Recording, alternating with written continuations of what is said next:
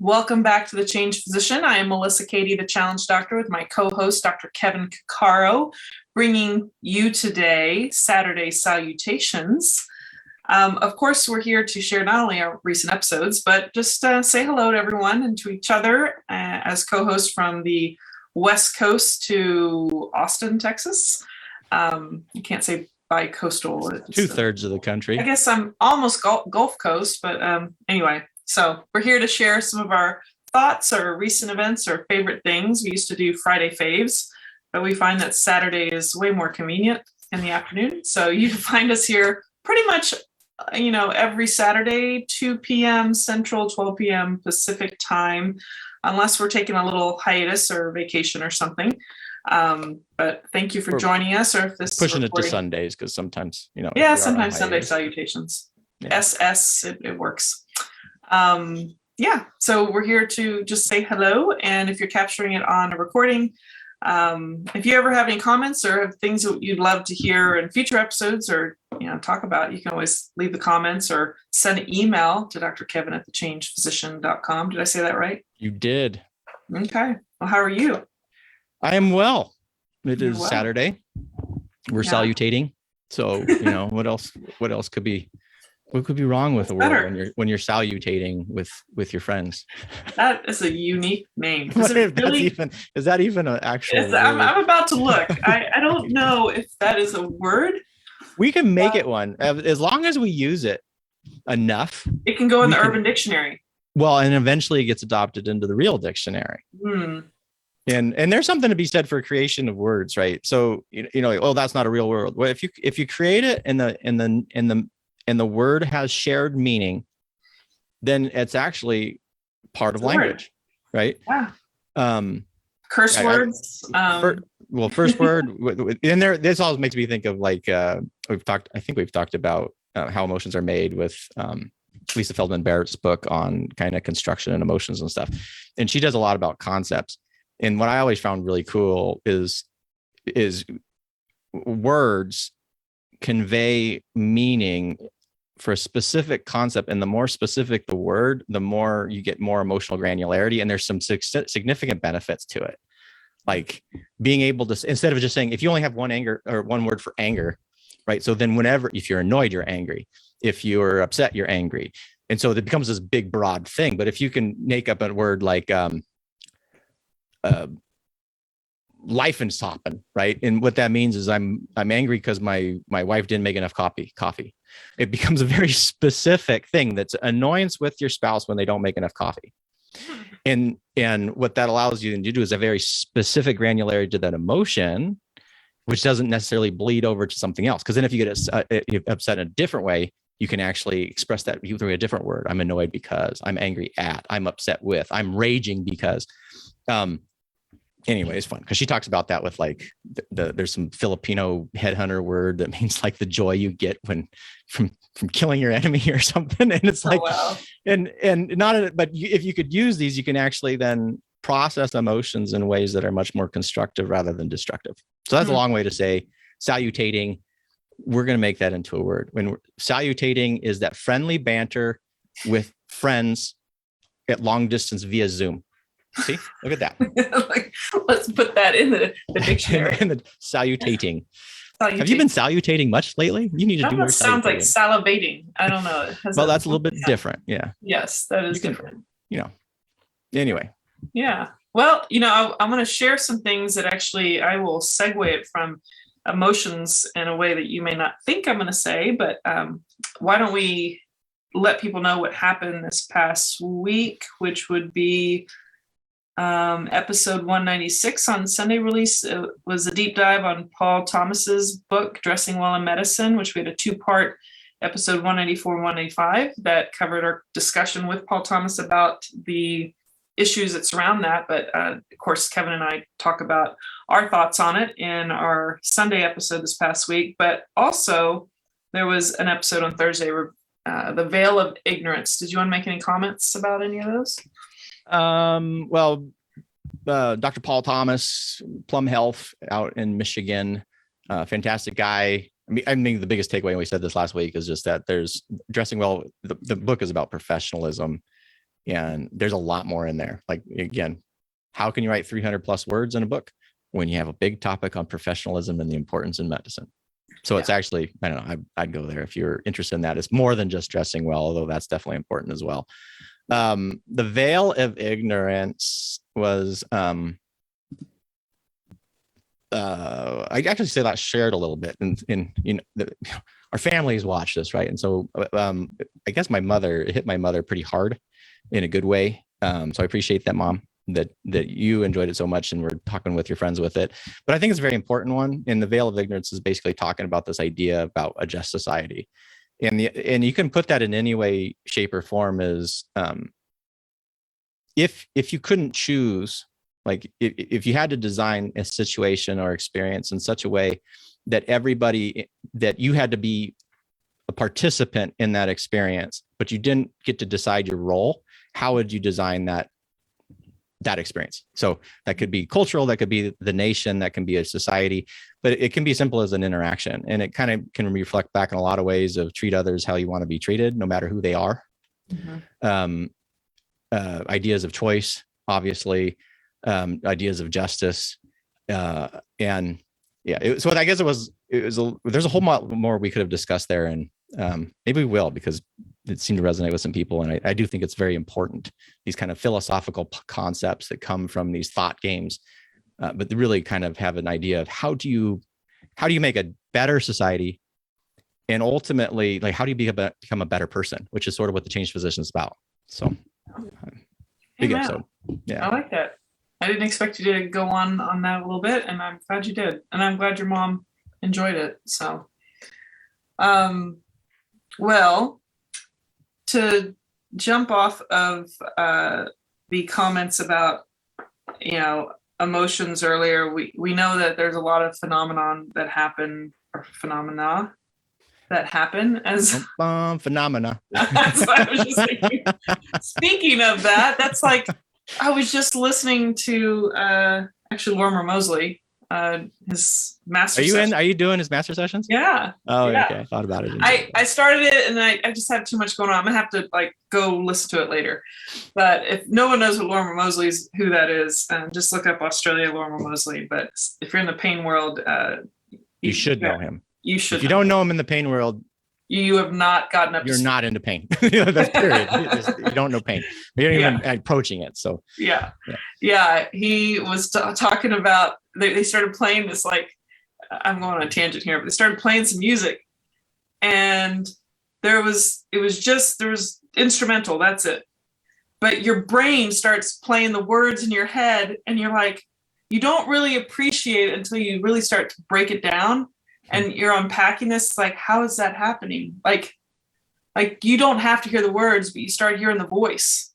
And your brain is amazing. Yeah, no, it's predicting. And he did a super cool exercise in 2016 at EP3 in Seattle, where he had the audience. He was trying to kind of discuss neural networks, and we had tables and around this big audience thing. And he had, okay, every time this happens, you guys, you're going to stand. Someone stands up from this table, and then when they stand up, you're going to stand up, and who's going to stand up. And they were doing all this stuff, and so people are standing up, and he starts doing it faster and faster and faster.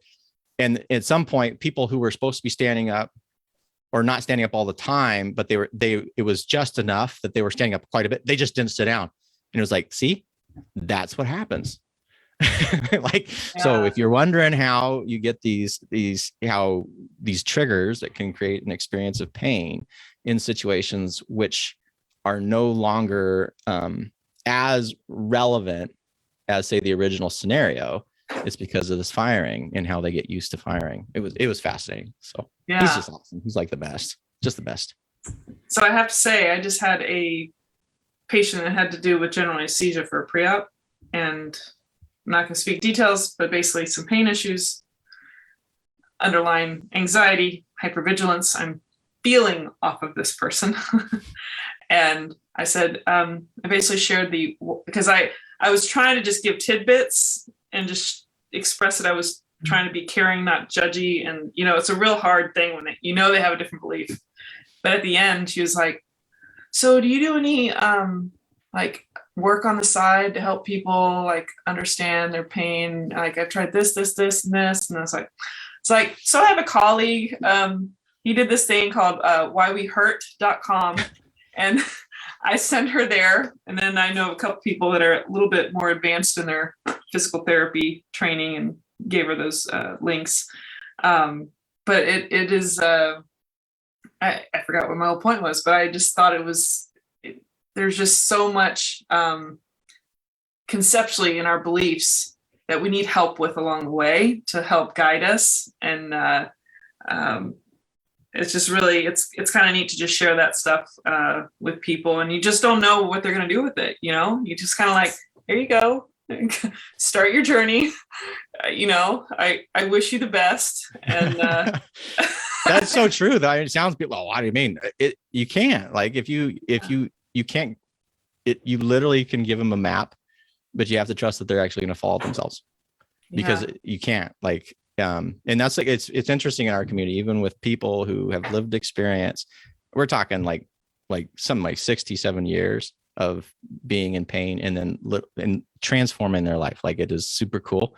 And they're like, I've tried to persuade people, and they just don't listen. So I've just kind of listened, just kind of wait, kind of throw some seeds out and kind of wait, and then see if they're going to follow the map or not. But that's the most frustrating thing, I think. But I think that is relevant to a lot of medicine. Certainly with pain, certainly with that. A lot of this is a process. And I was, we could have another conversation about just our lessons from Lorimer Moseley and other people that kind of in that same space.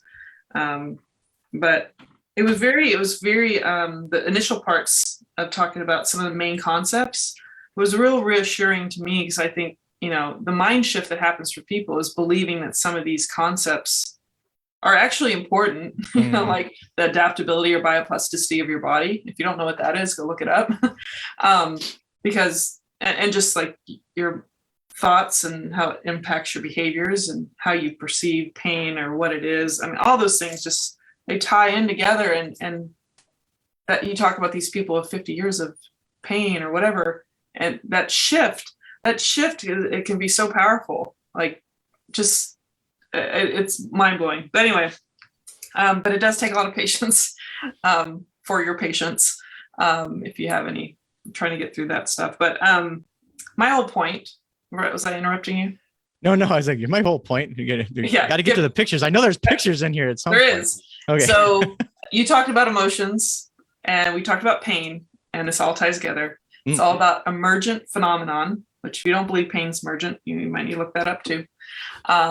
Just like the weather, there are so many variables that create this experience, or your brain is trying to construct an impression, or you're constructing emotions. It's not one single place in the brain. There's multiple contributors.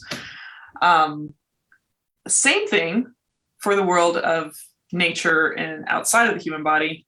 But when you're in a garden or a yard and you're trying to have things happen, I had to just show you the emergence of some things. So that's what I was going to share. So let me pull up my screen here.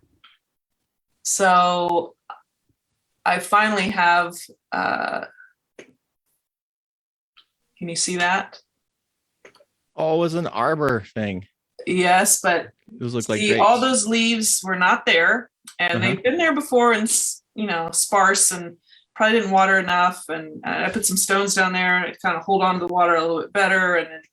And then you got a little bit closer, and actually it looks even better today. I should have gotten a more recent picture, but I'm going to do a new share here with what you can see on the underside and some lovely grapes. I got bundles of these underneath all those leaves.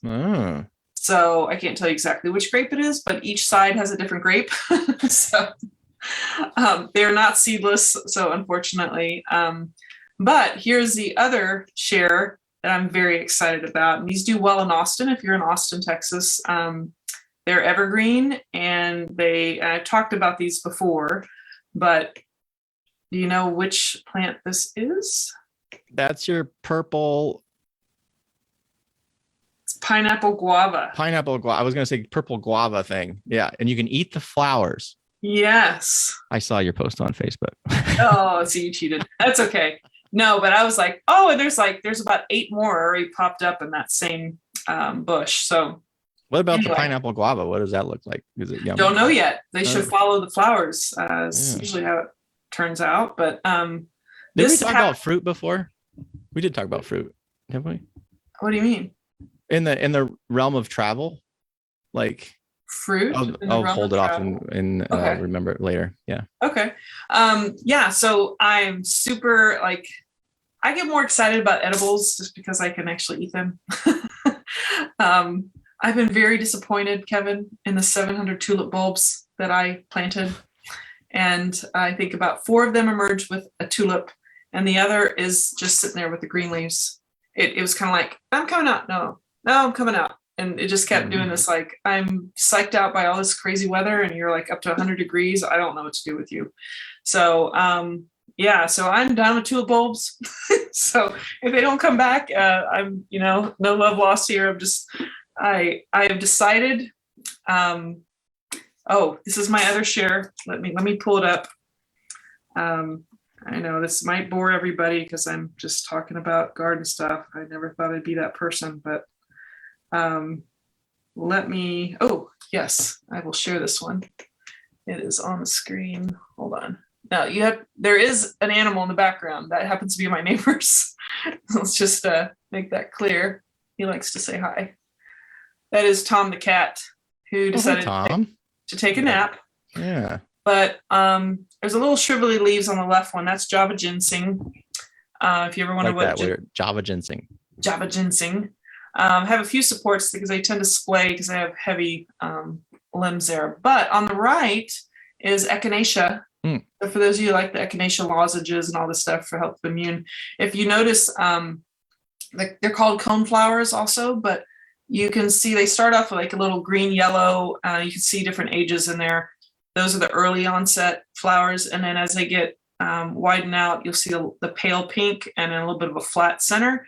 And you can see towards the middle, there's like what looks like a upside down cone kind of thing. Mm-hmm. That's how they end up. You can start seeing a little pollen there. So that's the cone flower part. Yep, that's cone flower. So it's echinacea. I don't know too much about them yet, but I will tell you, I planted these last summer, and they were little, and they didn't really have flowers because they were kind of past that point. And this thing survived the winter. I mentioned this before, but I am surprised that nobody talks about these plants, because if you want something evergreen but flowers every year and is a pollinator friendly kind of thing and is deer resistant, or they don't seem to want to go for those. They're kind of rough leaves. They're drought tolerant, frost tolerant, make flowers, and deer resistant. And I have decided to buy a ton of seeds, and I'm going to mass plantings of them. Mass echinacea. So anyway, I've fallen in love with such great qualities to that, because we live in crazy weather here in Austin. So that's my share. At the map though, you guys are like zone 8. 8B. 8B. So we're 8B too. Are you really? Yeah. You get more rainfall than us. I know. But I guess from a temperature standpoint, it's more about the freezing temp, I guess. Interesting. Yeah. Yeah. So apparently the echinacea, I don't know if it's 2 to 9 or 2 to 10, the zones. They're very big broad one. So it goes all over the place. So that's the thing I've learned. The ones that have done well with my poorly green thumb is it seems to be the ones that have a wide range of zones. So they tend, I feel like they just, I don't know, they're more resilient. Catnip has done great. You mean that they're more resilient and adapted to a wide range of zones? That's what I think. Because of what? Because it makes a lot of sense. It's like, yeah, this plant can grow all over the place, and somehow they survive in my backyard. Exactly. That's how I target my plants. There might be something. I don't know what it is. It's a jerk. No, so hey, I'm going to go into a different plant because I find it interesting. I didn't know this. Everyone's heard of monarch butterflies, right? No. Yes. Okay. But you don't see a lot of butterflies anymore. That's really sad. It is really sad. Yeah. And well, speaking of our world, we're not doing a great job worrying about our wildlife as much, but milkweed. Milkweed. They love yeah, milkweed. That's what they need to survive on, right? That's the only thing they eat or something. So apparently that's where the larvae are, so they can feed off of whatever this milkweed, in order for them to actually thrive, their next generation. I don't know what it is about it. I haven't looked into it, but it's an important nectar source for natives. But let's see, larval food source for monarch butterflies and their relatives. So I made a small donation to Arbor Day Foundation. It's local, and they sent me 3 bare roots, so it's easy to like send in the mail. And I was like, these things just look dead, like, you know. So I just put them in the backyard in a section, and I actually planted it wrong, and I had to go back and dig it and push it all the way down. And then I watered it deeply, and then I think I watered it one more time, and I totally forgot about it. I'm like, oh, like a week or 2 later, I'm like, oh my God, I gotta go check that spot.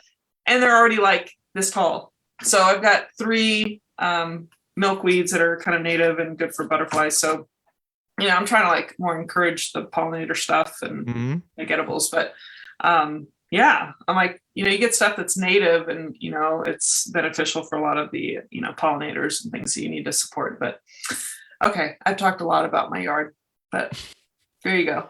Those Well, are it the made me think a lot of different things. First is like butterflies. There was a lot more butterflies when I was younger.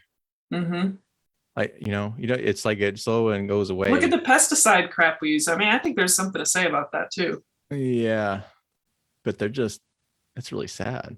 I mean, you just don't see butterflies like we used to see them. They weren't commonplace. Yeah. And then the food, that was the other one. I would have sworn because, you know, if you travel a lot, like particularly in the day and age of like Amazon and shipping, you can buy almost anything.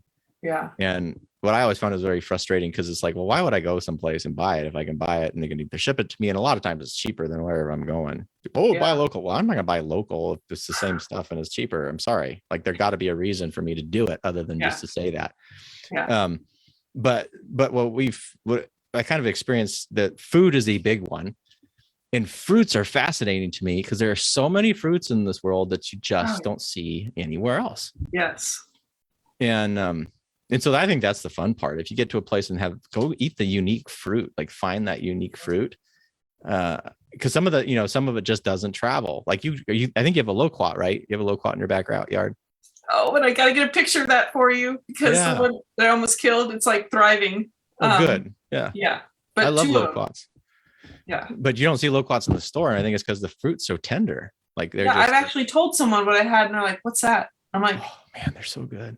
I'm like, my friend loves them. I think I might like them. I'm just assuming I'll like them. Yeah. But anyway, and then when we were in Mexico a long, long time ago, before my wife and I were married, down on the Yucatan, and down at the Zocalo, there was people selling fruit, and they had these like guayadas, or I can't even say it. I've never found them again, but they were super yummy. I may never have them again in my life because I can't find them. But it's super. I just love eating the foods that are specific to a region that you can't get anywhere else. And fruit's a very good one to do. Yeah, that's a good reminder that if you live in zone 9, 10 or higher, I don't even know how many total zones there are. 8B is kind of tough. I tend to kill off some of these tropical things, but if you're more in tropical kind of weather, really should check out So Exotic, SOWEXOTIC.com. They've got, it's like you're searching for all these fruits you're talking about. They're half the stuff I've never heard of before. And I can't make some of these things survive in my own, environment. I tried, and some of them, like the echinacea, that's just done awesome. But and some of the spinaches and herbs, they do great. But yeah, you really have to be in that right zone. But I just went to their website, and it looks like you can actually search the zone. So if you just put zone 8, it popped up. Did they do that? 6 things in here: figs, which we know we have a fig tree; guava, lemon guava, star anise, red. No way. Did they just add that? Because I sent an email 2 weeks ago and said, is there any way to get a search engine? Because I didn't have a search engine for, look at me, I'm getting all excited. Well, let me see if I'm going to put zone 10 and see what happens. Oh, then that changed, but that doesn't make any sense. Where did They're you saying put the blueberries in zone? zone 10. That doesn't make sense at all. Where did you find the zones? Well, I put it in their search bar, so it may not be. It's not looking like it's correct because I don't think that Zen 10 has blueberries growing.